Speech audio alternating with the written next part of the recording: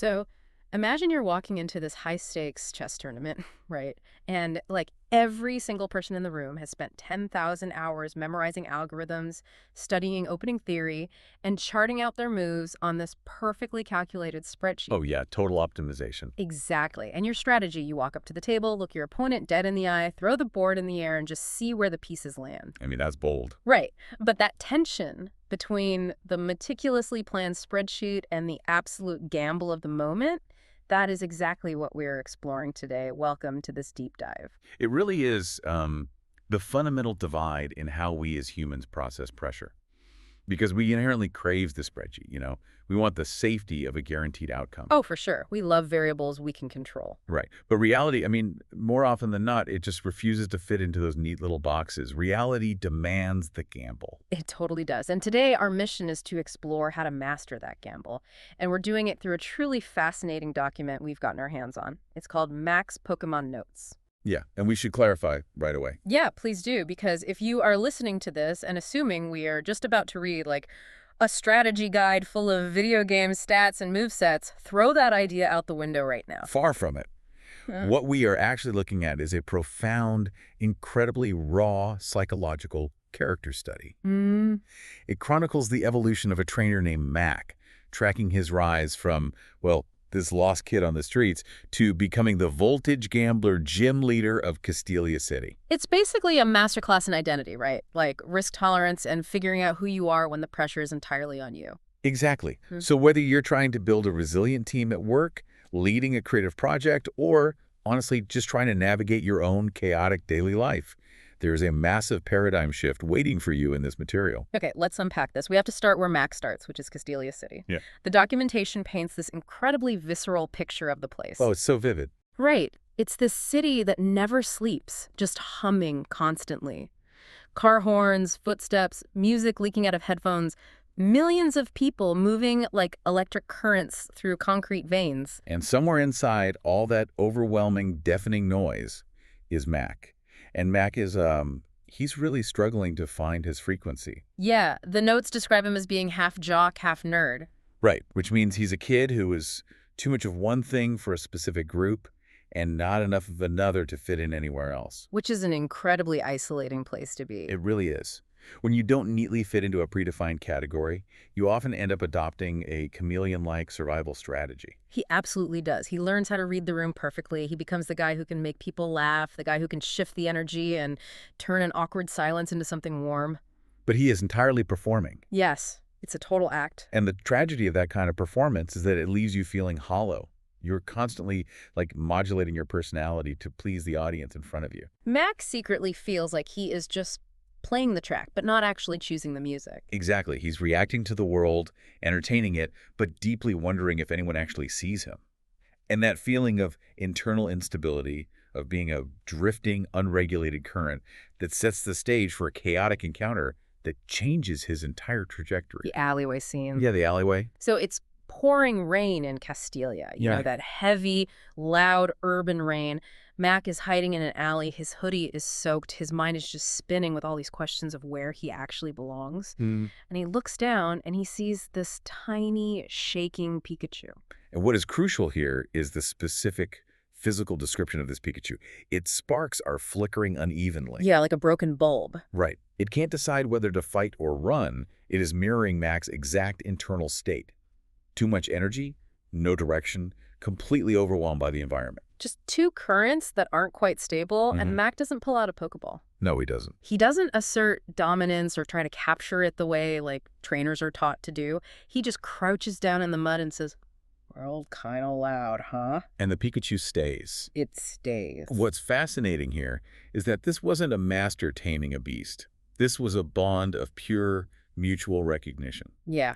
Two beings in a city entirely too big for them, finding a momentary anchor in each other. It's an emotional sync, not a strategic one. They didn't come together because it made tactical sense for a battle roster. They came together because they finally felt seen. Exactly. And that emotional sync dictates everything about the beginning of their journey together. Because Mac and this Pikachu, I mean, they absolutely do not train the right way. No, not at all. They aren't going to formal gyms. They aren't running strict optimized routines. They take to the streets. Phase 1, the street circuit. Right. They fight unregulated battles on rooftops and street corners, fueled entirely by pride and neighborhood reputation. They are relying entirely on instinct. Mac wasn't the most disciplined or calculated trainer, but he was comfortable in the chaos of a street fight. Where others hesitated, he moved. Where others played it safe and relied on basic fundamentals, he took the wild risk. It makes me think of the difference between, like, a day trader staring at moving averages on a screen and someone standing on the floor of the stock exchange in the 1980s. Oh, that's a great comparison. Just reading the panic and greed on people's faces. Like, Mac didn't look at the math. He read his opponents emotionally. He won off massive momentum swings. Exactly. He would take early, sometimes completely illogical risks just to break his opponent's focus. It's like a jazz musician improvising. He didn't plan his moves, he felt them. And in an alleyway, that raw, unregulated improvisation is thrilling. It builds a mythology around you. People start showing up just to experience the sheer kinetic energy of what Mac and Pikachu are doing. But raw improvisation has a ceiling. It does. Eventually, you have to leave the underground. The real test is what happens when that raw, chaotic energy steps into a regulated, hyper-competitive arena. Where everyone else is operating off a master plan. Right. What happens when jazz meets classical? What happens when Mac leaves Castelia and faces the real world of structured battling? Reality hits him incredibly hard. That's phase 2. Yeah, the reality check. He starts entering official circuits, facing structured, defensive teams. These are trainers who do not care about his rhythm. They set up walls. They use entry hazards. They play a grueling mathematical game of attrition. Because chaotic rhythm relies on the opponent reacting emotionally. If the opponent just sits behind a mathematical shield and refuses to engage with your chaos, the chaos just burns itself out. Precisely. For the first time, Mac's style doesn't feel electric. It feels sloppy. He starts taking massive losses. And this is the make-or-break moment for any creative or intuitive thinker. When your raw talent stops being enough to carry you, you have a choice. You either quit or you abandon your core identity and conform to the spreadsheet methodology just to get a win. But Mac refuses to do either. Instead of abandoning his identity, he figures out how to evolve the gamble. What's fascinating here is Mac's reaction mechanically. We see this shift perfectly with the addition of Luxray to his team. Luxray represents a massive psychological pivot. Oh, absolutely. The presence Luxray brings to the field is essentially quiet confidence, don't test it. It's such a cool vibe. A Luxray introduces 2 critical mechanics to Mac's strategy. First is an ability called Intimidate, which applies immediate psychological pressure, lowering the opponent's physical attack power just by stepping onto the field. Just by showing up. Right. And second is a move called Volt Switch. Okay, let's talk about Volt Switch, because in the real world, this is what we would call agile pivoting in business. That's exactly what it is. You don't commit to a massive, drawn-out campaign.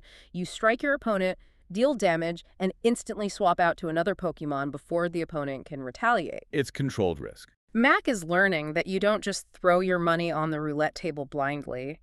You set the conditions first. Right. But wait, hold on, I'm stuck here. I have to push back on this. Go for it. If Mac's entire identity, his entire superpower, is built on unpredictable, raw chaos, doesn't bringing in a Pokemon whose whole job is controlled risk feel like a massive step backward? Sounds contradictory, sure. Like, isn't he just selling out and slowly becoming the exact kind of calculated trainer he hates? That tension you are feeling is exactly the trap Mac falls into. It is a brilliant observation because Mac is terrified of the exact same thing. Oh, wow. So he knows it. He does. And by trying to introduce control, he fractures his own mind. He plunges into a severe identity crisis. It's 3. Yes. Yeah. He is caught in an internal war between chaos and control, performer and competitor, the kid from the alley versus the professional he's supposed to be. And to cope with this absolute mess in his head, his team expands in a way that is wildly contradictory. It gets really messy. If you were listening to this on your commute right now, think about how often you feel this exact split in your own life. Because Mac adds 2 Pokemon that pull him in completely opposite directions. Scrafty and Blaziken. Right. Let's look at Scrafty first. Scrafty is the antithesis of flashy. Oh yeah, Scrafty fights dirty. It's a brawler that relies on patience and resilience.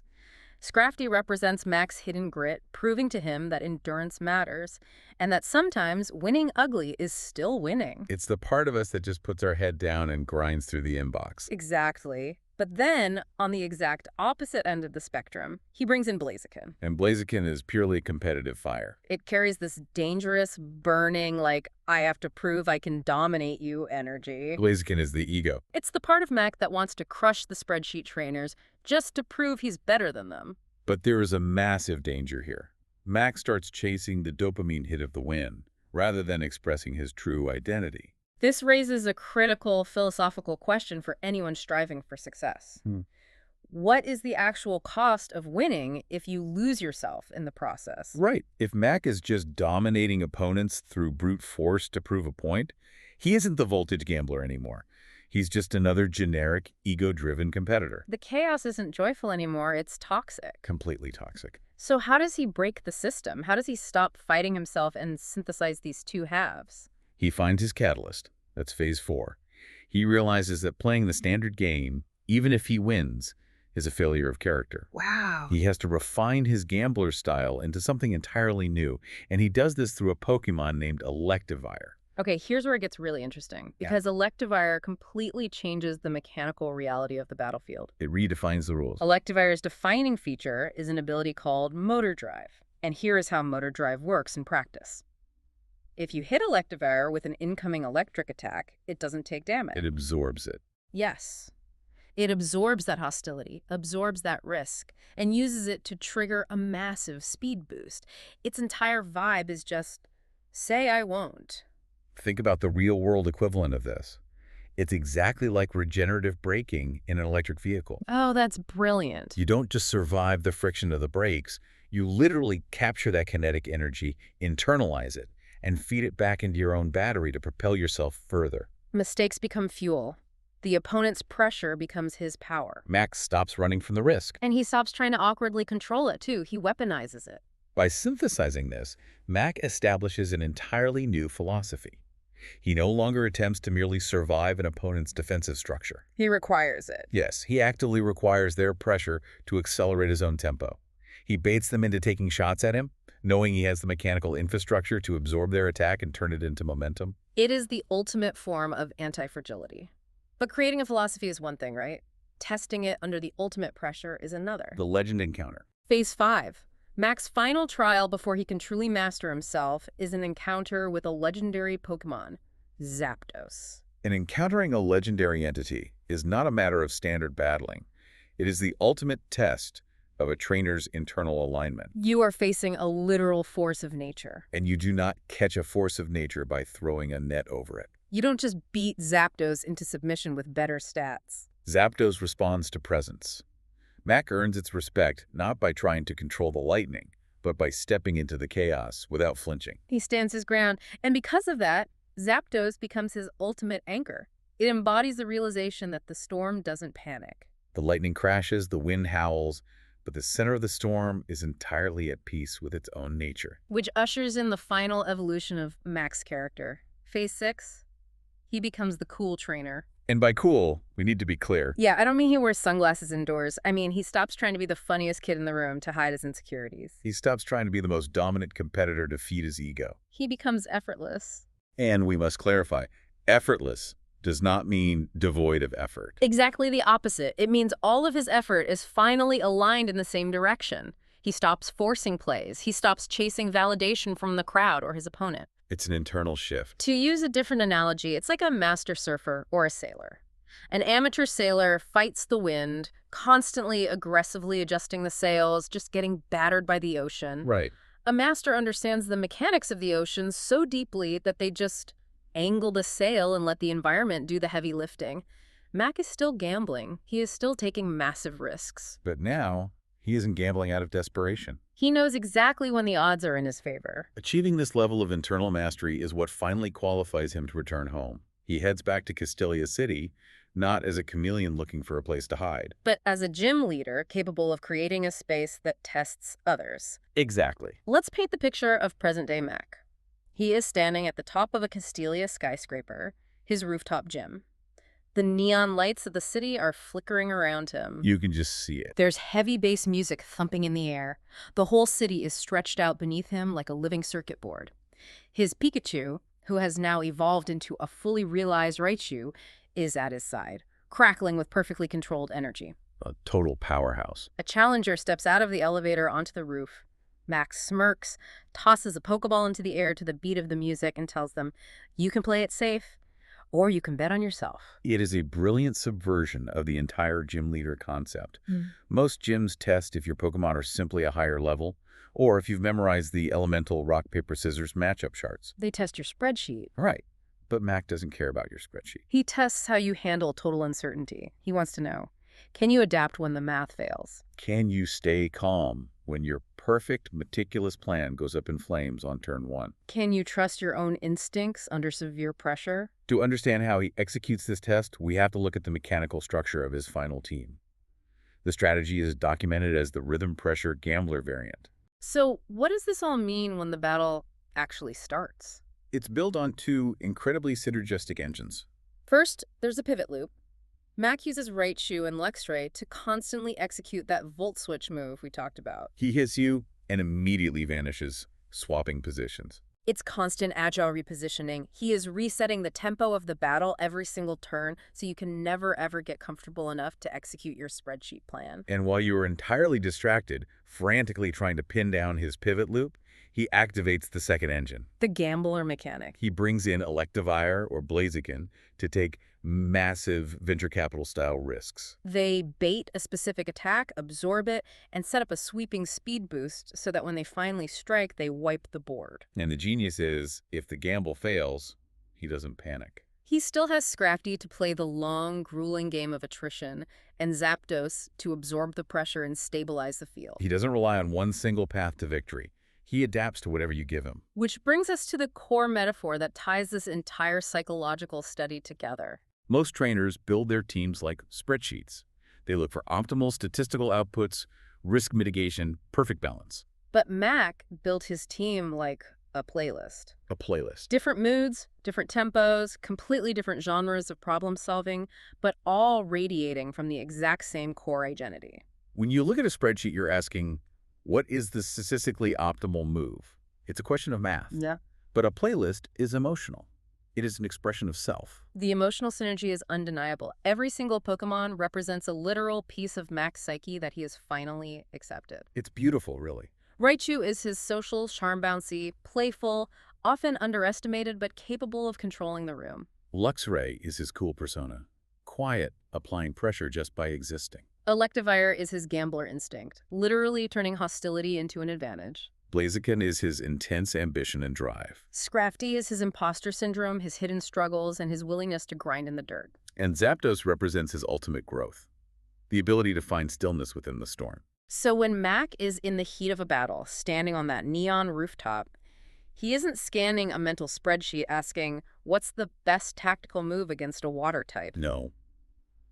He is looking at his team, looking at the complex situation unfolding, and asking himself, what version of me needs to show up right now? What version of me needs to show up right now? That right there is the entire ball game. It's so far beyond just winning a match. It's a complete, unapologetic integration of self. It truly is. He has aligned his tools perfectly with his internal psychological state. They aren't just weapons on a belt. They are authentic expressions of his identity. Which beautifully summarizes Mac's entire arc.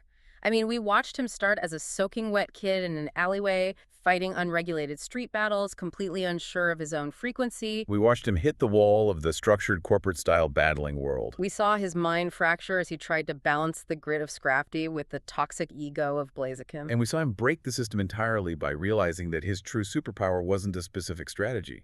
No. His superpower was his absolute alignment with his own identity.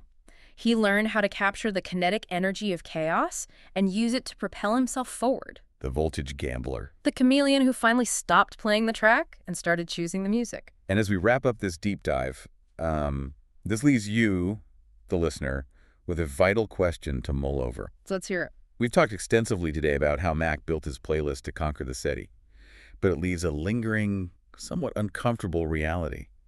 What happens when your playlist gets old? Oh, wow. Think about it. If you are truly a master of adaptation, there will come a day when even your most authentic playlist no longer serve the environment you are in. Yeah, you grow. The world changes. And suddenly the tracks you rely on feel like nostalgia rather than innovation. The ultimate test isn't just building the playlist. It's knowing when the meta has changed so much that you have to retire your favorite tracks.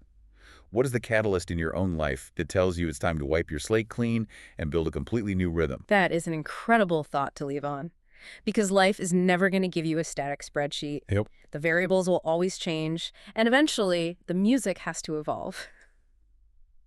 Thank you so much for joining us on this deep dive into Mac's Pokémon notes. It's been an absolute blast to unpack these mechanics with you. As you go out into the chaos of your own world today, remember the Voltage Gambler's ultimate rule. Win or lose, just don't be boring. Catch you next time.